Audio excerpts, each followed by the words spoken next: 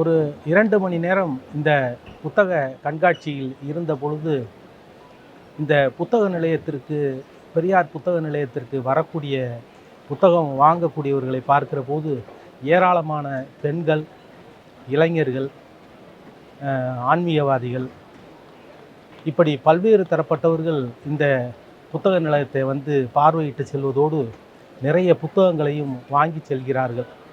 நாம் நினைத்து கொண்டிருக்கிறோம் பெரியார் புத்தகங்களை முற்போக்கு இளைஞர்களும் அல்லது இந்த இயக்கத்தை சார்ந்தவர்களும் வாங்குகிறார்கள் என்று நினைக்கிறோம். ஆனால் பெரும்பாலான மக்கள் இந்த புத்தக நிலையத்திற்குள் வந்து நிறைய புத்தகங்களை வாங்கி செல்கிறார்கள்.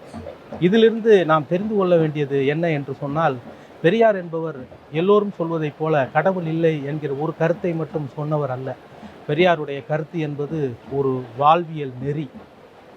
நாம் நன்றாக சிந்தித்து பார்த்தால், இன்றைக்கு பிஜேபி, ஆர்எஸ்எஸ் உள்ளிட்ட போலி தமிழ் தேசியம் பேசக்கூடிய, பெரியார் கருத்துக்கு எதிராக இருக்கக்கூடிய, பிரச்சாரம் செய்யக்கூடிய எல்லோருடைய வாழ்க்கையை நீங்கள் எடுத்துக்கொள்ளுங்கள். பெரியார் பேசிய முற்போக்கு கருத்துக்களைத்தான் அவர்களும் வாழ்வியலாக கொண்டிருக்கிறார்கள்.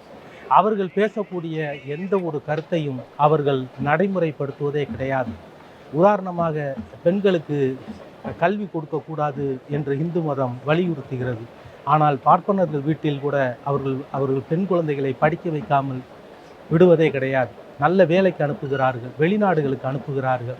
அவர்களுடைய மதம் ஒரு விஷயத்தை பிரச்சாரம் செய்தாலும் கூட பெரியார் காண விரும்பிய அந்த முற்போக்கு உலகத்தில் தான் அவர்களும் வாழ்ந்து கொண்டிருக்கிறார்கள்.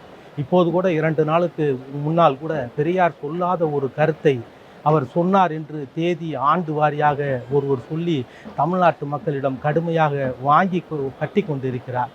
அவர்கள் பேசுவது ஒரு புறம் இருந்தாலும் கூட அவர்கள் நடைமுறையில் முற்போக்கான ஒரு சமூகத்தில்தான், பெரியார் கொள்கையின் வழியில்தான் அவர்கள் நடந்து கொண்டிருக்கிறார்கள் என்பது தெள்ளத் தெளிவு.